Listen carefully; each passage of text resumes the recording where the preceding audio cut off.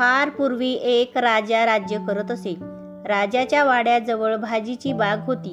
राजाच्या वाड्यासाठी भाजीपाला याच बागेतून पुरवला जात असे. राजाला वांगी खूप आवडली.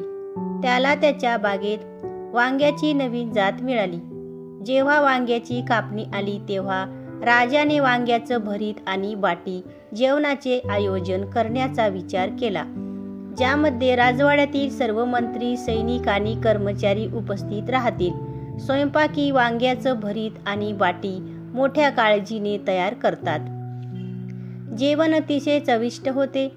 राजासह राजवाड्यातील प्रत्येकाने मनसोक्त वांगी, भरीत आणि बाटीचा आस्वाद घेतला. राजाचा एक आवडता मंत्री होता. त्याला वांग्याचं भरीत आणि बाटी ही खूप आवडायची. त्याने आपल्या घरीही काही खाऊ ठेवले. मंत्री घरी पोहोचल्यावर त्यांनी पत्नीलाही जेवण चाखायला लावले. मंत्र्याच्या पत्नीलाही वांग्याचे भरीत आणि बाटी खूप आवडली. जेवण संपले पण तिचं समाधान झालं नाही. मंत्र्याची पत्नी मंत्र्याला म्हणाली, मला वांग्याचे भरीत आणि बाटी खूप आवडली. जर तुम्ही ही वांगी राजाच्या राजवाड्यातून आणली तर मी सुद्धा भरीत बनवीन आणि आम्ही आपल्या आवडीचे वांग्याची भरीत आणि बाटी खाऊ. मंत्र्याला माहीत होते की राजाला वांगी खूप आवडतात आणि जर कोणी राजवाड्यातून वांगी चोरली तर राजा त्याला कठोर शिक्षा करेल. मंत्री बायकोला म्हणाला, ही राजाच्या बागेतील वांगी आहेत. जो कोणी ती तोडेल त्याला राजा कठोर शिक्षा देतो.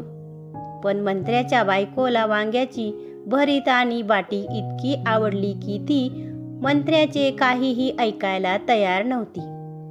तिने धमकी दिली की जर तिला राजाच्या वाड्यातून वांगी मिळाली नाही तर ती कायमची तिच्या आईवडिलांच्या घरी जाईल. मंत्र्याला पत्नीच्या रागापेक्षा राजाचा राग सहन करणे सोपे वाटले. मंत्र्याने ठरवले की तो राजाची शिक्षा भोगेल पण त्याच्या बायकोला राजाच्या बागेतील वांगी देईल.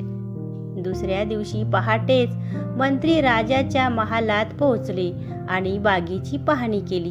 संधी मिळताच मंत्र्यांनी काही वांगी तोडली आणि घरी आल्यावर पत्नीला दिली. मंत्र्याच्या पत्नीला खूप आनंद झाला आणि संध्याकाळी तिने वांग्याचं भरीत आणि बाटी तयार केली. वांग्याचं भरीत खूप चविष्ट होते आणि दोघांनीही मनसोक्त खाल्ले. मंत्र्याची पत्नी म्हणाली, आपण जेवलो पण आपला मुलगा गच्चीवर झोपला आहे आणि त्यालाही भूक लागली आहे.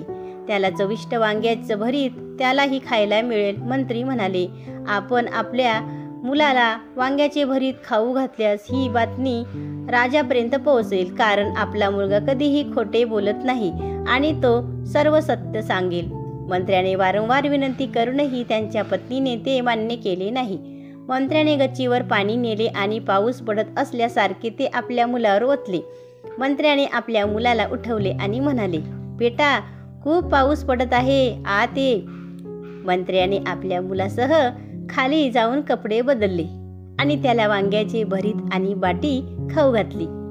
दुसऱ्या दिवशी राजाला समजले की कोणीतरी त्याच्या राजवाड्यातून वांगी चोरली आहेत. हे पाहून राजाला खूप राग आला आणि त्याने आपल्या सैनिकांना त्या चोराला शोधून परत आणण्याचा आदेश दिला. शिपायांनीही चौकशी केली असता मंत्री सकाळी बागेत आल्याचे समजले. हे राजाला सांगितले आणि राजाने मंत्र्याला बोलावले. राजाला त्याच्यावर संशय आहे हे मंत्र्याला समजले. जेव्हा मंत्री राजाकडे पोहोचला तेव्हा राजाने त्याला विचारले की तुम्ही राजवाड्यातून वांगी चोरली होती का? मंत्री म्हणाले, महाराज, तुमच्या बागेतील वांगी चोरण्याचे धाडस माझ्यात नाही. मंत्र्याचा मुलगा कधीही खोटे बोलत नाही हे राजाला माहीत होते. त्यांनी मंत्र्याच्या मुलाला बोलावून विचारले, बेटा, काल तुझ्या घरी जेवायला काय दिले होते? मंत्र्याच्या मुलाने सांगितले की काल रात्री त्यांच्या घरी वांग्याचं भरीत आणि बाटी तयार करण्यात आली होती. मंत्र्याच्या मुलाचे बोलणे ऐकून सर्वांची खात्री पटली की या मंत्र्यानेच वांगी चोरली होती आणि आता त्याला कठोर शिक्षा होईल. राजा मंत्र्याला म्हणाला, मंत्री, काल सकाळी तू वांग्याकडे गेलास आणि तुझ्या मुलाच्या बोलण्यावरून हे सिद्ध झाले की तूच वांगी चोरलीस. मंत्री म्हणाले, महाराज, त्याला विचारा काल रात्रीचे हवामान कसे होते? राजाला काहीतरी विचित्र वाटले, पण त्याने मंत्र्याच्या मुलाला काल रात्रीच्या हवामानाबद्दल विचारले. मंत्र्याचा मुलगा म्हणाला, महाराज, काल रात्री खूप पाऊस पडत होता. राजा म्हणाला, काल रात्री? हवामान स्वच्छ होते आणि पावसाचा एक थेंबही पडला नाही. तेव्हा मंत्री म्हणाले, महाराज, हेच मला तुम्हाला सांगायचे होते. खरे तर परवा मी चविष्ट वांग्याचं भरीत आणि बाटी खाऊन वाड्यातून निघालो होतो. तेव्हा मी माझ्या घरी ही गोष्ट सांगितली. तेव्हा मूल वांग्याचे भरीत खाऊन झोपी गेली. मुलगा झोपेत स्वप्नात बडबडत होता की वांग्याचे भरीत आणि बाटी खूप चविष्ट आहे आणि पाऊस पडला. राजाने मंत्री वांगी चोर आहे हे जाणून मंत्र्याला सोडले आणि मंत्र्याच्या बुद्धिमत्तेची खात्री पटली. शिक्षण. शहाणपणाने सर्वात मोठा त्रास टाळता येतो.